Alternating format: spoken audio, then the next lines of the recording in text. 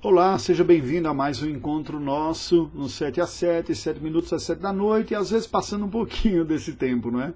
Estamos refletindo agora sobre a oração, este meio de graça mais que o Senhor nos deu, os meios ordinários e externos que Deus usa para nos comunicar as bênçãos da redenção. Nós já vimos que são a palavra, a primeira, primordial, os sacramentos auxiliares e a oração como um recurso de apropriação desta graça, os recursos externos e exteriores, não é verdade?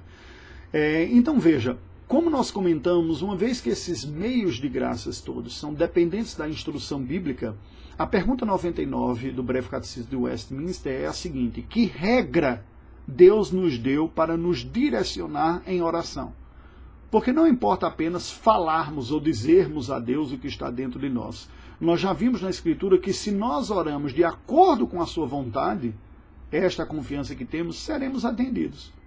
Mas se não for conforme a sua vontade, esta oração não será respondida com um sim.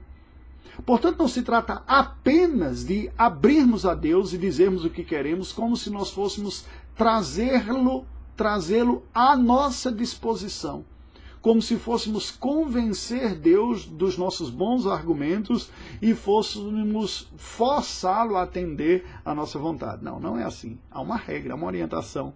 E a regra diz muito mais respeito para nos guiar o coração na oração do que propriamente para nos legar, para nos legislar na oração. A resposta do catecismo é a seguinte: toda a palavra de Deus é útil para nos dirigir em oração.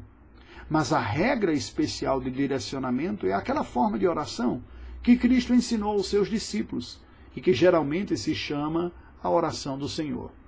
Um resumo muito bom, não é verdade? Aqui há uma sabedoria preciosíssima. Veja que o Breve Catecismo de Westminster nos apresenta uma resposta com dois segmentos. O primeiro, o princípio geral. Se você quer saber como orar, veja na Escritura Sagrada. Olhe os salmos, veja o conteúdo da oração, a forma da oração, pelo que as pessoas salmistas oraram, Davi e tantos outros. Entendendo o seu contexto histórico também é verdade. A sinceridade, a honestidade, o louvor, a adoração, a confissão, a gratidão, a petição, a intercessão pelos outros, o reconhecimento de quem Deus é, de quem Ele é, das necessidades. Ali está. Toda a Escritura deve ser vista como regra para a nossa piedade. Como Paulo diz, em 2 Timóteo 3, 16 e 17, que toda a Escritura é inspirada por Deus e útil para o ensino, para a repreensão, para a correção, para a educação na justiça, a fim de que o homem de Deus seja perfeito e perfeito habilitado para toda boa obra. As orações serão atendidas se elas estiverem conformes à vontade de Deus.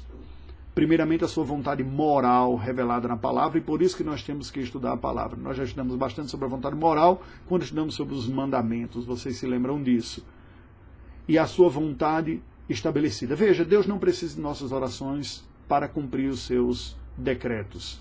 Entretanto, algumas ações Ele se determinou executar em resposta à oração.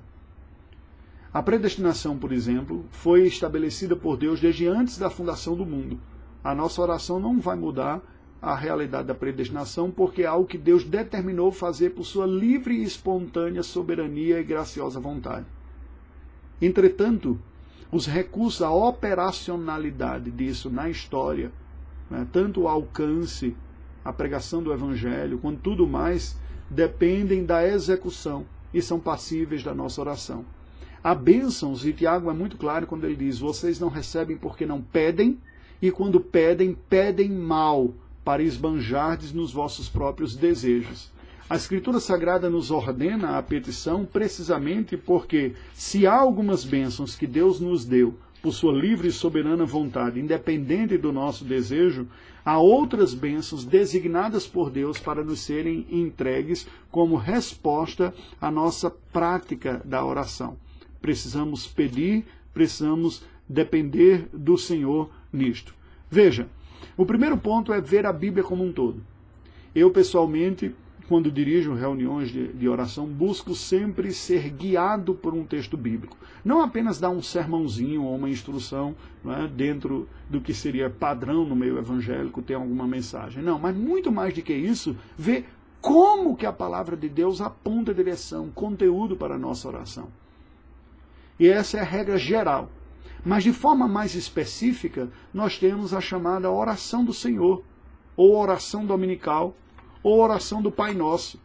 Porque precisamente ali o Senhor Jesus apresentou a orientação aos seus discípulos em resposta ao pedido que eles fizeram, pedido de ensina-nos a orar.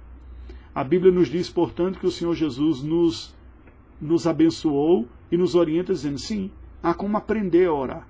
Se nós formos sinceros, todos nós haveremos de reconhecer que não se trata apenas de uma necessidade de orar mais, mas de orar melhor, de orar com convicção, de saber pelo que orar, orar com fervor, orar segundo a vontade de Deus. Que Deus nos ajude nesta prática. Oremos ao Senhor.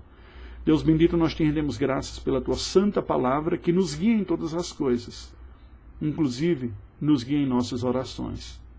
Ajuda-nos a orarmos consoante a tua boa vontade moral revelada na palavra, a orarmos em conformidade com aquilo que tu nos instruis, para que os nossos lábios e o nosso coração expressem anseios que são compatíveis com o Senhor e não contrários ao Senhor. Ajuda-nos, ó Deus, a desfrutarmos dessa intimidade e dependência e a experimentarmos a graça da renovação. Em nome de Jesus oramos. Amém. Até amanhã.